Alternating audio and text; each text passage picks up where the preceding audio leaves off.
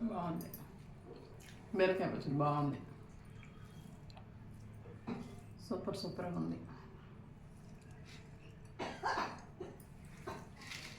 చాలా బాగుంది.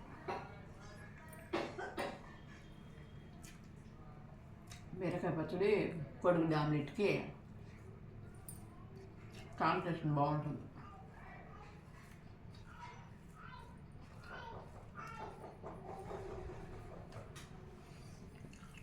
ఇది కూడా చికెను కాలీఫ్లవర్ పువ్వు వేసుకొని చేసుకున్నాం.